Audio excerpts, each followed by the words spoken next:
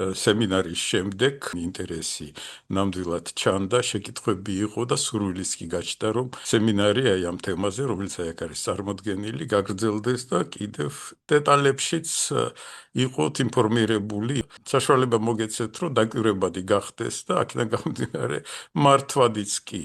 ეს სისტემების მთავარი ორი ატრიბუტია. თუ არის დაკვირვებადი, ვიმუშაოთ ამაზე, მაშინ მართვადიც გახდება. ახორციელებ აი ამ საქმიანობას, როგორც დამოუკიდებელი ექსპერტი და დამოუკიდებელი მკვლევარი.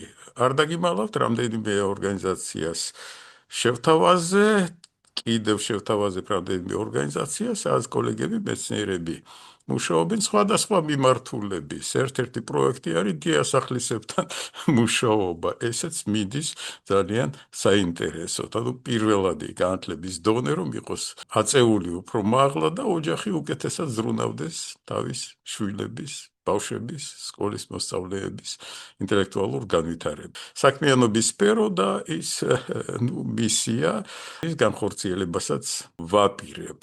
თემა ასეთია, იყო გამოთქმული სურვილი, რომ გავაგრძელოთ ამაზე საუბარი. თემის აქტუალობა, მე მგონი, თვითონ აი ამ ჩამონათვალში ჩანს. ყველა საკითხს ვერ შევეხეთ, მაგრამ გავაგრძელებ და აქტუალობა კიდევ იმაში ჩანს, რომ ეს პრობლემა საერთოდ მსოფლიოში გაჩნდა. აი ეს ლიტერატურული წყარო წელს გამოქვეყნდა, თუმცა კვლევა და მომზადება ერთი წელი მიმდინარეობდა, თითქმის მეცნიერებს საფრთხე დაემუქრათ. უტევს დეზინფორმაცია, ამას აქვს არაერთი მიზეზი და მიზანი და პასუხი ნამდვილად გასაცემია და მეც მუშაობ ამ მიმართულებით და აი ამ დოკუმენტში მოუწიათ კოლეგებს ის პირველადი წარმოდგენები მეცნიერებაზე, ინტელექტუალურ საქმიანობაზე, რაც აი ჩემთვის და თქვენთვის, ვინც ამ სემინარს ესწრებოდა, არის ჩვეულებრივი ამბავი, ამის გამეორება და ამის გავრცელება და აი ხედავთ თუ გავჩერდით, თუ თვითიზოლაციაში ვიქნებით, მაშინ ასეთი რაღაცები ხდება. ინფორმაცია, რომელიც მოგაწოდეთ, აი თვითორგანიზების სისტემაზე, მდგომარეობაზე, სადაც ვილაპარაკე ორი ტიპის მოსახლეობაზე, აი ამ ინტელექტუალურ პლანეტაზე, ანუ უმაღლეს განათლებაში, აი აქ აშკარად ჩანს, რომ სხვადასხვა ინტელექტუალური დონეებია, ის კრიტერიუმებიც, რითიც იყო ეს შეფასებული აქ არის მოყვანილი. გამოქვეყნებულია ეს ყველაფერი ორ წყაროში, შეგიძლიათ ნახოთ. აშკარად ხედავთ, რომ ეს სტრატეგიული მნიშვნელობის ინფორმაცია.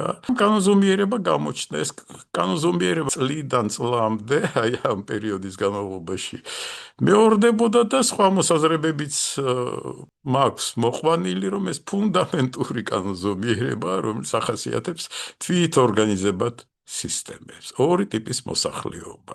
მე მინდა გითხრათ, რომ აი საქართველოს სამწუხაროდ აი ამ სქემაზე, აი ამ დიაგნოსტიკურ დიაგრამაზე რეფორმების შედეგად საკმაოდ რთული გზა გაიარა, აი ამ დიაგნოსტიკურ დიაგრამაზე საკმაოდ რთული ადგილი გვიკავია. ანუ ინტელექტუალური კატასტროფის ზონაში ვართ მოხვედრილები და ეს გრაფიკიც, რომელიც ასე ვთქვათ, აი საქართველოში სარგებლობისათვის არის განკუთვნილი, იმიტომ რომ უნდა დავფიქრდეთ ყველა ამაზე, მხოლოდ კოლექტიურად მსჯელობის შემდეგ შეიძლება გამოქვეყნდეს, აი ასე გამოიყურება ის რეფორმა, რომელიც ჩატარდა საქართველოში, ინტეგრირების შედეგი აკადემიის, მეცნიერებათა აკადემიის კვლევით ინსტიტუტების საუნივერსიტეტო გარემოში გვაქვს ესეთი ტრაექტორია. 2010 წლიდან 2023 წლამდე ჩვენ შეგვიძლია ვნახოთ, რომ პრაქტიკულად ინტელექტუალური დაქვეითება განხორციელდა და დღეს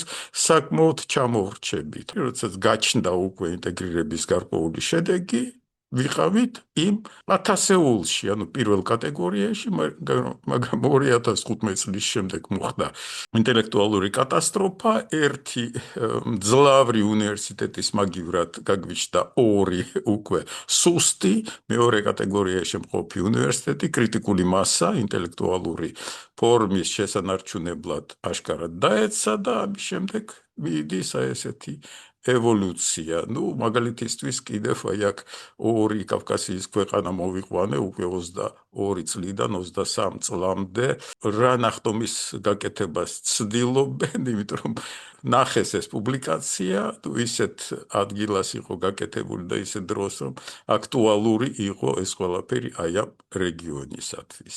მე მინდა მოგთავაზოთ ის შეფასება ჩვენი, ასე ვთქვათ, მდგომარეობის, რომელიც 4 წლის წინ გამართულ კონფერენციაზე მსოფლიო ბანკის ჯგუფმა იმუშავა ამაზე და აი ბატონი ტომ ბოლანდი, ირლანდიელი პროფესორი, 5 ჯგუფად ჩამოაყალიბა ის გამოწვევები, რომელთა წინაშე ვდგევართ. თქვენ შეგიძლიათ გადაშალოთ ესენი, ნახოთ, ეს თუ სემინარზე შევთანხმდებით, აი ამ თემებს განვიხილავთ უფრო დეტალურად. ნახეთ, აი მეორე ბლოკი, მე სხვანაირად გავაკეთე ეს პუნქტები, ეს 18 პუნქტი, სხვანაირად დავალაგე და გამოჩნდა ამაშიც სისტემა. მეორე, მესამე, მეოთხე და მეხუთეც გამოჩნდა. ხედავთ, აი ასეთი მდგომარეობა არის. უშუალოდ მივიღე ამაში მონაწილეობა, რა თქმა უნდა, დისტანციურად. გამოვედი იქ გარკვეული მოსაზრებებით, მთხოვეს რომ მივაწოდო ჩემი მოსაზრებები, მივაწოდე ეს ინფორმაცია და იმის შემდეგ მიდის აი განათლების სისტემაში არის საუბარი რაღაც ცვლილებებზე, რაღაც დაფინანსებაზე და ამიტომაც ეს არის აქტუალური. თავაზობთ, რომ აი ეს განვიხილოთ დეტალურად. შემოთავაზებულია 6 ქვეყნის მოდელი დაფინანსების და აი აქ მოვნიშნე ჩატში ის მომენტი, როდესაც მე ჩავერთე ამ დისკუსიაში, მიპასუხა ჩვენმა წამყვანმა ქალბატონმა მაკო მიქაბერიძემ, რომ მეც მომეცემა სიტყვა, მე მთხოვეს წერილობით მოვახსენე ეს ყველაფერი. მოსაზრება ის იყო, რომ ესტონეთი, ფინეთი, ჰონკონგი, ირლანდია, ლატვია და ნიდერლანდები სხვა კატეგორიას ეკუთვნიან. ამ ჯგუფისთვისაც არ იყო ცნობილი ის დიაგრამები და ის მდგომარეობა, რომელიც აქ არის. სხვანაირად უნდა განხორციელდეს ეს ყველაფერი, შიდა ძალები უნდა იყოს მობილიზებული, ამაზე მსჯელობა უნდა იყოს და მე აქ ვცდილობ, რომ აი ასეთნაირად და ამის შესახებ მოგაწოდოთ ინფორმაცია. თუ ჩვენ დავიწყებთ საქართველოში ესტონეთის, ფინეთის, ჰონკონგის, ირლანდიის ან ლატვიის ან ნიდერლანდების მიდგომების განხორციელებას ашკარად კატასტროფა უფრო გაღრმავდება. ამაზე უფრო სერიოზული მსჯელობა უნდა იყოს, უკვე მეცნიერები უკვე ალბათ განათლების სამინისტროსთან ერთად, სათანადო დეპარტამენტთან ერთად უნდა დაიწყონ საქმიანი დიალოგი. სადამდე მივალთ, არ ვიცი, მაგრამ მე მინდა კიდევ სხვა ფორმით უფრო სისტემების განვითარების თეორიიდან და პრაქტიკიდან გამომდინარე აი ეს სურათიც დაგანახოთ, რომ ჩვენ ამ მომენტისათვის, აი ამ შეფასებით, ვიმყოფებით ინსტიტუციურ ჩიხში ან ხაფანგში და ვეჯახებით მოვლენას, რომელსაც ქვია წარსულის ფანტომთან შეჯახება. დღეს ვიმყოფებით აი ამ C2 წერტილში, რუსულ ენაზე გამოქვეყნდა ქართულ ჟურნალში, ეს ძალიან საინტერესო ინიციატივა არის, იმისათვის რომ პრიორიტეტი აი პრობლემებზე სასაუბროთ იყოს მაინც დარჩეს საქართველოში. ჩვენ ვიმყოფებით აი ახლა კატასტროფის შედეგი არის, რომ ჩვენ შევეჯახეთ წარსულის აჩრდილებს, აღმოვჩით აი ამ C2 წერტილში და თუ ეხლა არ იქნება გარკვეული კონსენსუსი უმაღლეს განათლებაში მომუშავე ინტელექტუალებსა და მართვის ნაწილს შორის განათლებაში ჩვენ ვერ ავაგებთ აი ამ განვითარების შტოს და ისევ დაიწყება ვარნა და გაგრძელდება პრაქტიკულად სისტემის კატასტროფა და დეგრადაცია გარდაუვალია.